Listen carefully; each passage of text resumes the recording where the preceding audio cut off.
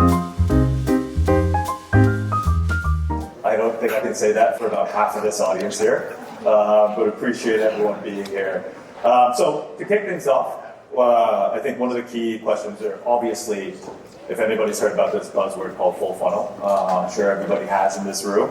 One of the things that I think we're often asked is, as you think about full funnel, there's a lot of things that people can assume they're getting right. But one of the questions, I think, as a flip to that is, what do you think advertisers might be getting wrong about full funnel? And so, Tom, we'd love to start with you. Hi, everybody. I'm Tom Kleiss. I'm the general manager of Amazon and e-commerce at Criteo. So what we see people getting wrong with full funnel marketing is that they treat upper funnel and lower funnel as two completely different things, right? And I think just like most things in life, there's a spectrum about is something way upper funnel or way lower funnel, or is it someplace in between? And so what I see brands now doing, and better marketers now doing, is really understanding the journey a customer takes. Especially in the Amazon ecosystem, you're able to get attribution and traffic and customer data from the top all the way to the bottom, and using those together in one spot is what I see brands doing really well, but I don't see a lot of brands doing it today. So that's one thing I would say brands need to do differently is think about the funnel as a spectrum, not just upper. That's awesome. And I was so distracted by Tom's right side up socks, by the way. Thank you. I forgot to let the panelists introduce themselves. So Tom gave a great intro. Mike and Shaw. Mike, why don't we start with you afterwards? Hey everyone, Mike Sinclair. I oversee the U.S. agency development team at Criteo. I'm Shah with Boiron. We make homeopathic natural medicines. I hope you grab some samples in the giveaway shop. So. Yeah, I think if anybody hasn't grabbed Shaw's samples, I would run and sprint as quickly as you can, because those things have been a lifesaver ever since I started to travel. And I've known actually, Shaw and I go back about 10 to 11 years, all the way back when I used to be at Amazon. So It used to be called AMG, I guess. AMG, AAP, AMS, all the three-letter acronyms you could probably pick it up. But going back to the original question, I think, Shaw, this is actually a perfect transition. Because when I used to work with Shaw in the past, all the way back at Amazon, we used to talk about DSP, and it was 10 years ago, 11 years ago, and I was like, Shaw, there's this really interesting thing called DSP. I think you guys should try it. And Yeah, Shaw's like, and we did. Yeah, it's like, is there any reporting for it? And I was like, just trust me. No, Yeah, it works, yeah. but just try it. There was no dashboard, nothing. It was just PDFs he was sending back and forth. So some Halo ROAS and some numbers. So I trusted Joon. So he was so good. It worked. I mean, it really at the time, this is about 12, 15 years ago, we were one of the early brands to launch on Amazon, and Joon has been fantastic, educating me, but also, you know, it was a beta program that was new. We tried it and worked very well. So, but to answer your question, on the brand side, a lot of times what the brands get wrong is a lot of the areas are all kind of fragmented, separated, or siloed. So the retail media to the sales folks, the e-commerce folks, and the shopper marketing, they all sit separately and have different budgets, and they all have different buckets, and nobody wants to give up control, and you have infighting going on.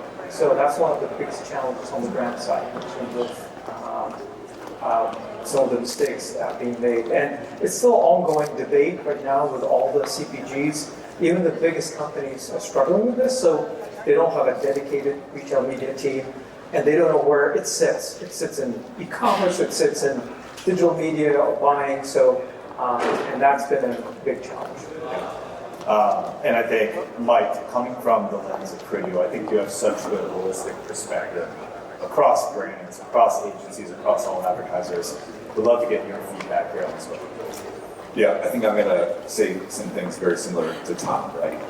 And we're probably going to talk about fragmentation and silos a lot in our panel. But I think just adding to what Tom said is, like, that cohesive strategy, I think is really hard. It's when you think of the full funnel, it's not just adding more placements, right? If you are an agency or at Criteo, it's like, oh, we have this offsite solution now, or should we buy offsite? Yes, but it should be it should flow with what you're doing from a lower funnel perspective, right? Are you using the same type of creative for the type of campaign that you're running? Are you using the same type of SKUs across all of the different RMNs or across Amazon, Walmart, Criteo, Instacart, Kroger, etc.?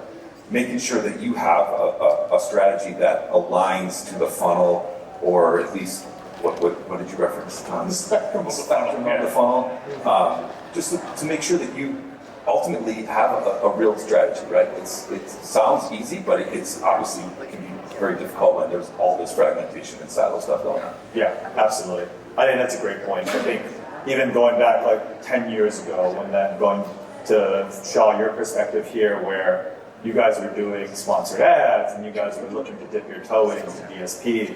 And I know we joke about that, but I think across the board, there were certain things that obviously as a brand, you wanted to look for where, hey, we need to get this lower funnel aspect of our strategy right before moving to the upper funnel. So can you maybe expand upon that a little bit in terms of your growth strategy, kind of key things that you look at, et cetera? So obviously the retail media continues to change every day now with AI optimization and targeting and all the tools available now for measurement. You can now actually do full funnel marketing and advertising, like Amazon, Walmart, and other partners, Criteo as well. So it's changing. So now you can take from the top of the funnel all the way to the conversion and loyalty. Now you have look back, 5 years look back on your data on Amazon, for example, which is incredible and really rich source of data. So now the marketers have it. It's such an exciting time, and to be able to do full funnel marketing, and you can measure every step of the way, what's working, what's not working. There was a lot of talk about creative and authenticity in the early session. You can test your creative too and see how well it's working. And we've done that with our partners on Amazon, and especially with their help with the Xnurta team. By the way, I recommend Xnurta highly if you're still looking for a DSP partner. I can't even say that, but we've been working with them. It's really amazing, really super smart team. So you can really take advantage and do full funnel marketing through them and with all the retail media networks. So it is possible today. Before 4 or 5 years ago, that was difficult to do. You had to have third-party measurements, and now you can do that very easily. So I highly recommend that. Test it. You can see every aspect of it. You can do those studies with your partners and see how you're doing and optimize continuously.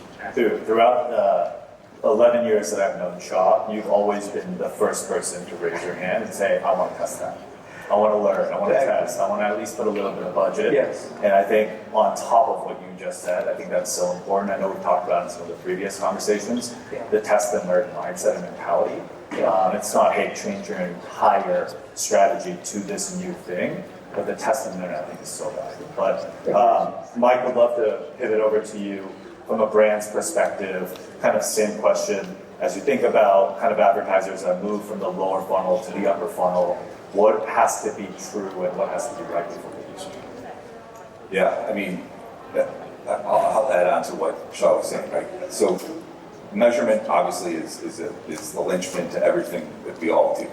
And I think in every single conversation that we've all been on, whether we've been in, whether we're talking about an offsite open web campaign versus CTV versus a sponsored product campaign, we have these different types of measurements and KPIs, right? But ultimately, the brand is always like, well, what were my sales for that line item? And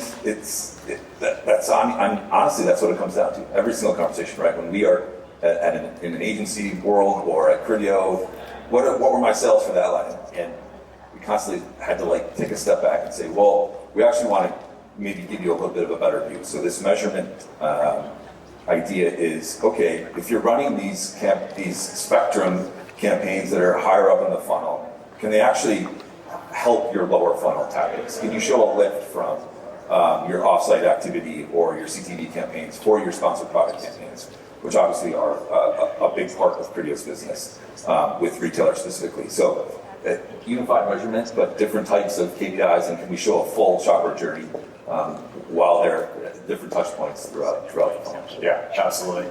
And I think basically a large part of this is, I think the whole panel is basically saying it's moved from just trust me, DSP works, to actually show me the numbers, show me the reports, let me measure, let me optimize, which I think has been such a massive shift in this space to be able to track it so precisely. But Tom, kind of over to you from an agency perspective as well. Yeah, I'll take the numbers and the measurements from a slightly different angle though, is that first step is, is your product sellable, right? Are you ready to go? Are you retail ready, right? So those are kind of table stakes.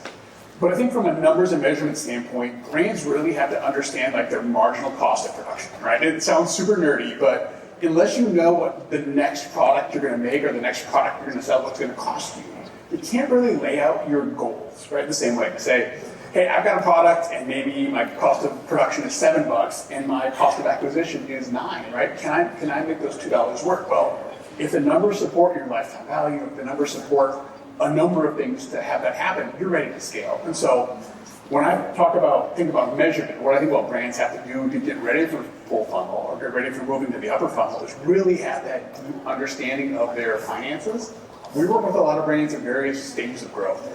And so if there's a brand who's just killing it on Amazon, but if we increase their sales by 30%, they're going to choke on it. They don't have the production capability, they don't have everything ready to go. So getting the right reporting, getting the right attribution is going to help these brands know that maybe I can scale up a little bit now and test these results, but maybe in 90 days when my production gets in line, I really understand my costs, I can really increase my upper funnel spend because it does translate to a lower funnel. So it's a spectrum it all plays together, but without knowing your numbers, it's really hard to scale profitably. And the last thing you want to do is send people to your page where it's either out of stock or not getting to convert. Yeah, absolutely. I mean, I think that's, if you are out of stock, then obviously you don't want to send traffic there. And I think there's a lot of some interesting examples, and obviously one of them, I don't know if people in this room, I'm assuming 90% of people have heard of what AMC is, but I've heard a lot of really interesting use cases across the board, and this is just Amazon, for example. Obviously, Mike from Criteo, we've heard some really interesting examples as well, but one of the examples is, hey, what if we can target DSP campaigns by keywords because of AMC. So the strongest performing sponsored ads campaigns, the strongest performing keywords that are driving the most new to brand, what if we can now retarget those with DSP campaigns where we're now combining the best of both worlds of sponsored ads and DSP?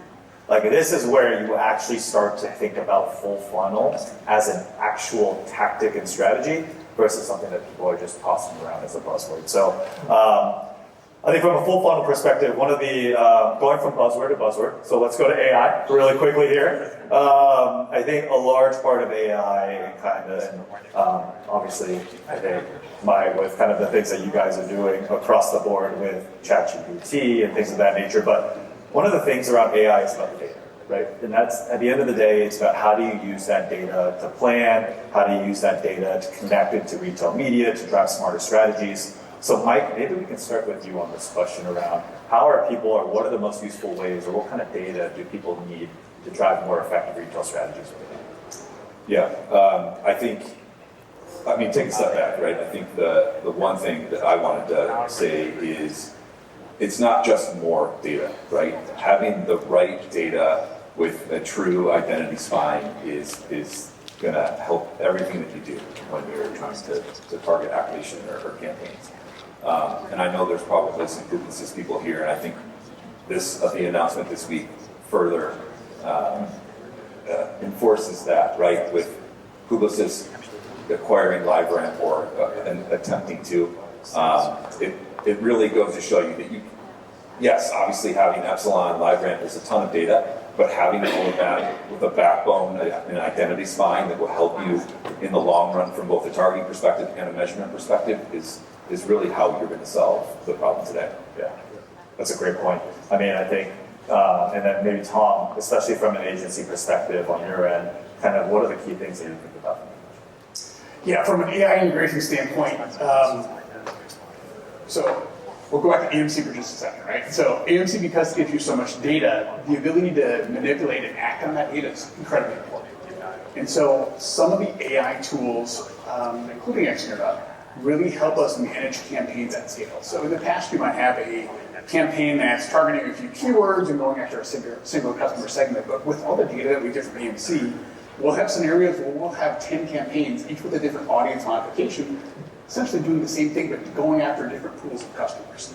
And AI automation lets us handle all these campaigns at once. Instead of setting up 10 campaigns individually, we're able to modify the price of the bid once, and everything will flow down from there. So AI for us is very useful in data analysis and number crunching, just because so much data is there.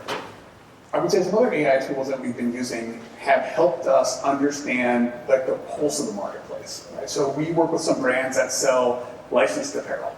And so for us to be able to go out in the marketplace and understand what movie in the future is going to be popular based on what people are saying in Reddit or what people are saying in various communities will help us then determine how much product we need to produce and what our bids need to be, what creative we need to have behind it. And so I would say AI is not limited to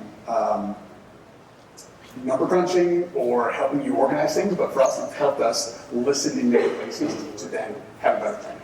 Yeah, because it gives you such a holistic view on the data. And also to Mike's point, the more data oftentimes isn't better. It's the quality of the data that you're feeding into the AI that makes it so much better. But Shaw, would love to turn this over to you from a brand perspective, from kind of the AI that you guys are testing internally, usage, kind of what is your lens on this? What is your view? Yeah, so we're using a bunch of different AI tools. One of them is, of course, Xnurta's platform that helps us to optimize. We almost have 50,000 keywords. I have 2 full-time people for retail media. They can't possibly optimize all 50,000 keywords, even if they work 24/7. So you've got to really use AI tools in different platforms to help your team with their productivity and really optimize your campaigns.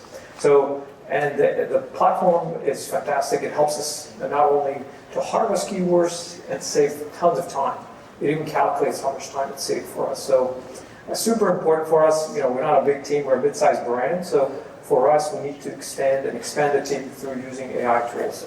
Another case of using AI tools, we use it to score our creatives and assets. For example, on Amazon detail pages or Walmart.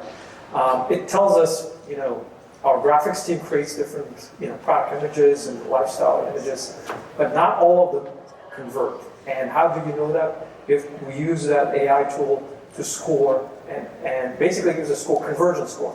So based on that, we optimize our images, and it really helps to increase sales and conversion. So we optimize this one product. It's made for cold product for babies, and we optimize it so much that the sales increased 29% week over week, and it has very, very tangible results. So there was one image of the mom and a baby, and we kept optimizing. For some reason, the AI didn't like the image of the mom and the baby, so we eventually had to remove the mom. It was apparently the mom was distracting people from the image. So it was a happy baby at the end. We had the center and our messaging, and that really put the score to 90%, and then the conversion just exploded. So those are kind of little things, nuances, and every brand has different things they can do. But this is a clear use case of AI where it's really helping you to convert and ultimately make a difference, for your business outcomes and sales. So a lot of different use cases, but for us, for creative, to measurement, optimization, AI is your best friend. And now with Claude too, you can do so many really cool things, analyzing and connecting directly to your Amazon platform. So Yeah, I think specifically Claude and specifically AI, I think one of probably the best things about AI is oftentimes it can help remove biases from your analysis. And so what one person might think is right and another might think is wrong. There are certain times, I'm not saying AI is perfect at everything, but there are certain times where it does help look at the analysis and then also be able to look at such a broad spectrum of data, whether obviously if it's the right data or the wrong data, to help understand what the right decision might be and what's next. And so I think that's a great example, especially on creatives and kind of the numbers that you just shared there, Shaw. This is an interesting question that, Tom and Mike, this might be for you guys, but I think as you think about obviously deploying not even just AI, but innovative technology within an organization, what are some of the hidden operational barriers that come up that prevent teams from activating some of these initiatives? Tom, maybe we'll just start with you. Okay, I'll go. I'm going to go back to what I said before. Everything is a spectrum. And so I think in many organizations, there's either a strong belief, a very binary belief that AI is everything can do no wrong, and we need to shift everything to AI immediately, and this is a scourge on humanity, and we shouldn't touch it, right? And so I think there's some truth in between those two.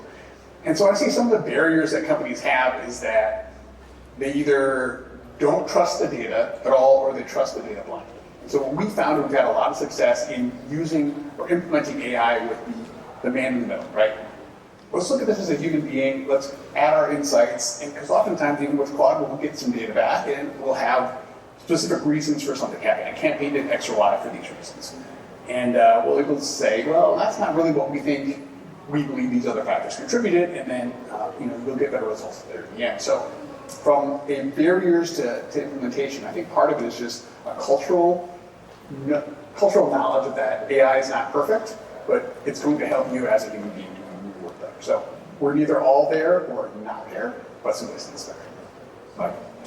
Yeah, I think the way that everything is currently set up, if you're thinking of it from a marketing or activation or agency perspective, the fragmentation and the silos that we've all talked about a little bit, I think are a little bit of the barrier, right? AI is doing one thing, and it might be that every team that is siloed or fragmented might be doing a different type of their own execution, right?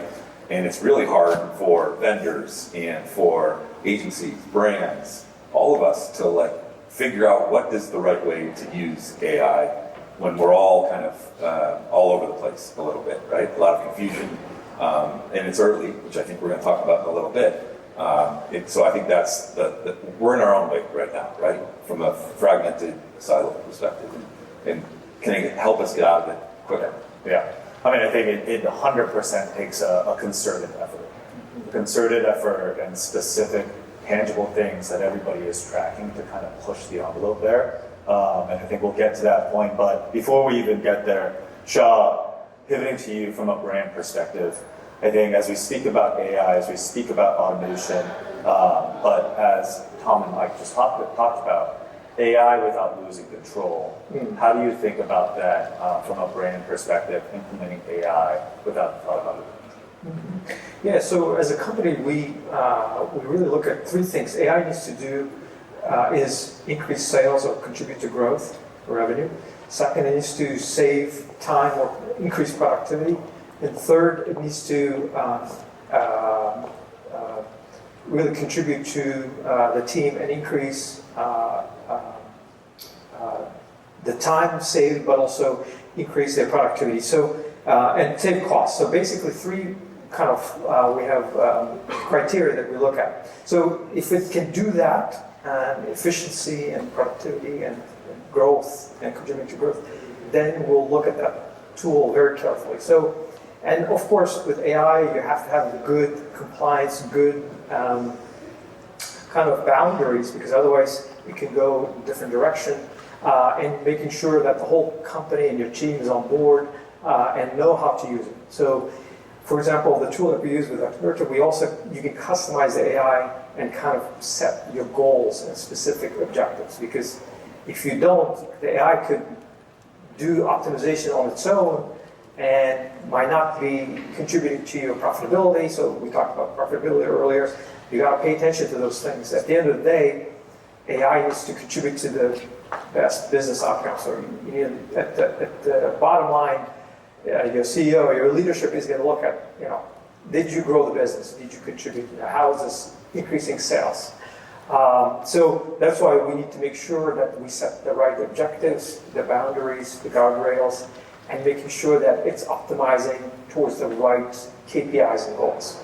I tell all my marketing people that, all the clicks and the KPIs, impressions, all that stuff, that's all great, but at the end of the day, what the business leaders look, the leadership team looks at is sales and business outcomes. So they don't care about the clicks. They want to see, okay, did you increase sales? Did you contribute to the growth, leads, or whatever?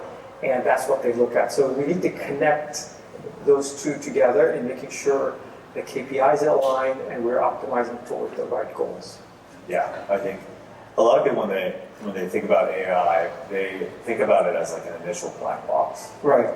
And I think one of the most important things that Shaw is talking about is flexibility and transparency. Yeah. So a lot of folks, when they're hesitant about AI, from what we've seen, it's because A, they don't understand what it's doing, and then B, they're worried that they're going to lose all control. And I think the importance around building around AI is the safety around it, is the flexibility, it's understanding exactly what the changes are, and then once you understand the changes and once you understand what the AI is doing, oftentimes what we found is then people are a little bit more comfortable. Because then it really is become an automation tool that helps you out, that obviously then you can go and adjust. And so I think that's a great point, Shaw, just across the board around even how to use AI without losing full control, and then the benefits of AI as well. Exactly. I think probably half the people, or some of the people in the room have already heard me say this, but one of the things that I always say is, this is the worst AI is ever going to be. So whether that excites you, whether that scares you, I think from a standpoint of just innovation, it's only going to get better and better and better. It's only going to be able to read data better. It's only going to be able to perform specific actions better. And so as kind of you guys all think about AI, and just going back to this idea of full funnel media now in the age of AI, we talked about this organizational behavior. What do you think kind of has to change, or what is maybe some behaviors that might have to change for full funnel media to work, moving from especially the concept of retail media as more of a lower funnel strategy, moving up to this full funnel strategy that I think it's more even as an industry shifts. But I think, Mike, you'd have great perspective on this, so why don't we start off with you? Yeah, I mean, this is tough, right?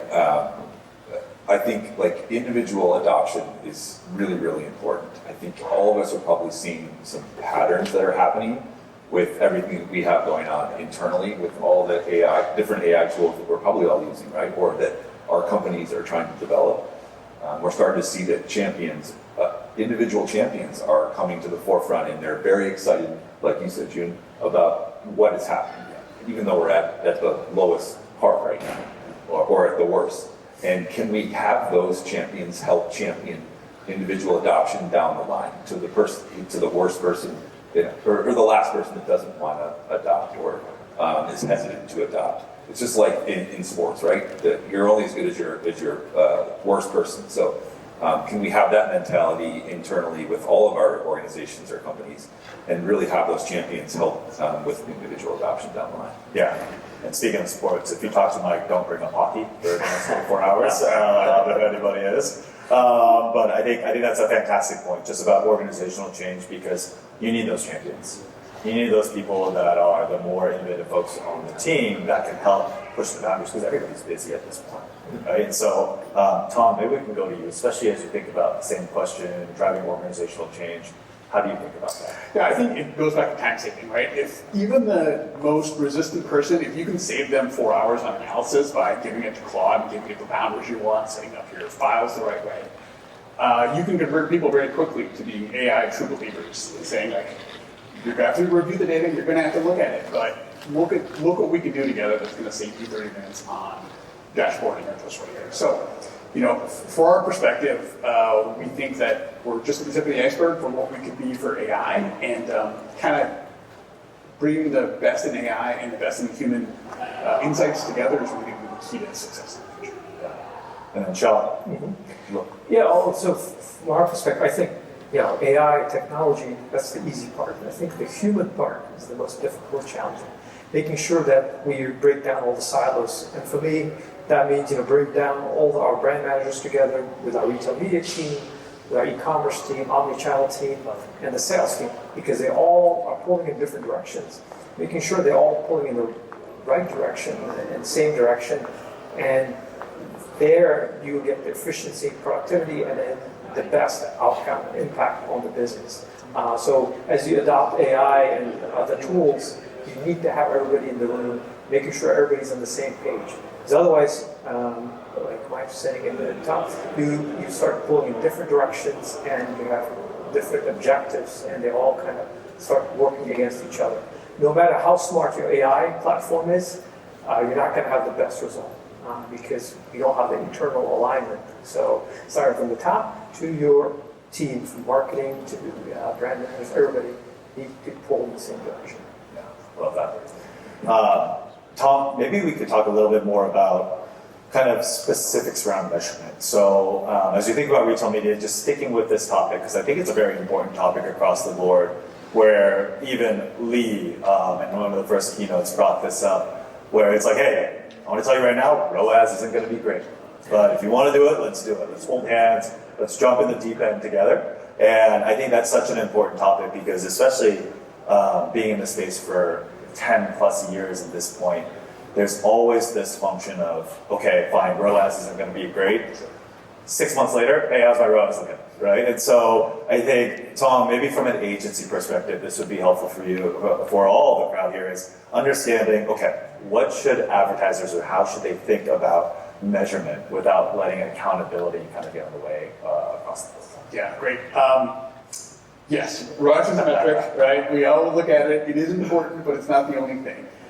And I think as an agency, and I've witnessed this individually, is that the more access to data you get, the better your view becomes. And so for us, from a measurement standpoint, we've tried to evolve not away or off from ROAS, but ROAS is an important measure. But really looking at new to brand acquisition, your cost of acquisition, and then understanding the different, how different cohorts of shoppers exist, right? So we work with the brand, they sell a subscription product, and we look at one of their campaigns, and normally you would look at this campaign and say, look, the ROAS on this is terrible, let's kind of reduce investment, it's not the right campaign for us. But when you look at all the attribution all the way up and down AMC, we're able to quickly identify and say, you know, this campaign is one of our most efficient drivers for new-to-brand shoppers. And those new-to-brand shoppers have a higher lifetime value than some of these other campaigns that may look better from a ROAS standpoint, right? So getting away from that last touch attribution or the total environment of shoppers together to a very specific segment saying, these guys are really good. And let's pay more for them because we know our numbers and we know that we can make this work with our contribution metrics to go heavier with this segment. So for us, ROAS is no longer the North Star. It's never really been the North Star, but understanding your new to brand cost per acquisition, I think is really one thing that we're doing. Yeah, I think that's a great point. I think I can't tell you how many brands, agencies have done customer lifetime value analysis, and it's completely changed their entire campaign strategy of should we invest dollars here or dollars here, and what's the actual output versus just looking at ROAS. Mike, I think pivoting over to you, getting your perspective around maybe how agencies should help clients tell this better measurement story. Kind of what's your perspective on this? Just go along with whatever the client says. No, I think just adding on to what Tom said, so new to brand, obviously super important. There's the incrementality buzzword that's been going around for a few years now. I think that is, I think that's really important, right? And I think that agencies and brands should continue to push vendors like us and other partners that they work with to really tighten up the incrementality measurement, right? Make it the main goal of your campaigns if you haven't already. I think it's super important. Like, let's get rid of ROAS. I don't know if Lee said that this morning or it's one of the main guys. But like incrementality is a buzzword, but I think it should be. It's very important, and I think if you can help solve that, or we can help solve that with you, it's great for everyone. Yeah, I think Lee and maybe every single agency here has said let's get rid of ROAS, but I think to round it out, Mike, I love that answer. I think just to round it out, and then let everybody here get some food, go to lunch. Sean, maybe we'll start with you. I think maybe a little bit more tactical around the next 90 days, understanding there's Prime Day, understanding there's key holidays. Maybe what is one practical thing that you think advertisers should do in the next 90 days to really be ready for this AI-driven full funnel retail media world? And And you can throw in even more buzzwords than just sitting in class. Yeah, I think practically, like I said, I think we need to get all the right people in the same room, making sure we're all on the same page. I think that's the biggest disconnect right now with the CPGs is that the marketing team has a different goal, the retail media team sits in a different place and they have a different goal. And the sales team, they're worried about moving things off the shelf and they have completely different goals. So we need to bring all of those people together, and especially the retail media team, because they're focused on efficiency and different things. So sometimes they lose sight of the bigger picture. So I'll give you an example. We have a baby teething product, and the new to brand for that product is almost every year we have new moms coming into the brand because there's about 4 million babies born in the US every year. So those 4 million moms, we have to retarget, and new to brand has to be higher because they're coming in and out of the brand cycle and the usage of the product. So you can't look at that product and the pain or a sore muscle product the same way because they have two different KPIs and measurements. So we have to educate our team, and especially retail media team, to be making sure they're looking at the right KPIs for the right brand and the product lifecycle. So those type of things, you have to still get everybody to be on the same page and understand the KPIs the right way. Because otherwise they can start optimizing towards the wrong KPIs and you lose sight of the big picture. So for me, I think practically getting everybody on the same page, aligning everybody, whether you're adopting a new AI tool or getting your retail media strategy going in the right direction, I think that's the biggest challenge. And I would practically recommend that. Just getting people in the same room, moving in the right direction. So I think that's going to be a huge win no matter what tool you adopt. So, Yeah, I think that's a fantastic point. And especially get people in the same room, and it also sparks discussions, right? Exactly. And I think different perspectives. But Tom, kind of going over to you here. Yeah, I'm going to go much more tactical than this. I'm going to say, it's my guy David here, I don't know if you guys, but your teams need to be AM salesmen. They need to get into the tool in the next 90 days and understand the models, understand how to create audiences, understand the capabilities that they can use within the Amazon console to get to their shoppers. Because I think without that baseline level of knowledge, brands are going to get left. So if your teams are not at EMC today and they're not figuring out who their shoppers are and what their customer pools look like, they need to be, because AI is going to enable you to get so much better at that. But if you don't have that foundation built, you're not going to be able to reach some of the benefits that AI is going to bring to you.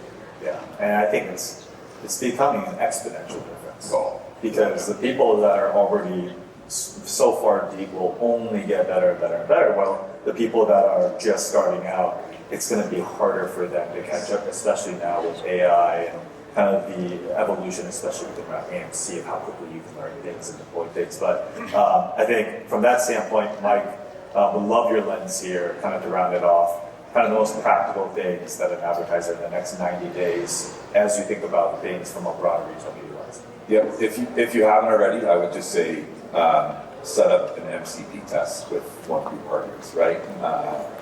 And I think the reason I'm saying that is that it will help all of what we've talked about from an AI perspective moving forward. I don't want to toot Criteo horn too much, but we launched an MCP test quickly with Dentsu in France, and that the French Dentsu team was far more advanced than the US team from a technical standpoint around AI, even from like a global Dentsu perspective. But just by launching that very quick test, just to make sure that an MCP connection between an agency and a vendor worked, helped them center everything from an MCP perspective very quickly. Got a lot of people on board globally, and I think helped them advance or at least start thinking about what it's going to look like for the next 6 months to a year from an MCP, natural language activation, getting data and insights back. Super important, I think, to like push the boundaries, even if it's small. Yeah, I think that's the exact same concept just across the board here. Is the testing and learning, even if it's these super quick activations, or even if it's something with MCP or LLMs, I think across the board what we're seeing is these just big leaps of how it's getting so much better and what you can do that you couldn't even do 6 months ago. And so I think that's a perfect way to round it off. And I think just in terms of closing remarks, I think a large part of what AI is so good at is being a co-pilot, right? I would never look at AI as this autopilot. Looking at it as a co-pilot, looking at, as we think about how do we continue to push these full funnel retail media strategies, these organizational behaviors, a lot of the themes here are test and learn, kind of understanding how you can use AI in the best way without fully losing control. And I think those are such important topics, especially for all of the organizations here as you continue to scale, as you continue to improve. So with that, I want to thank the panelists here.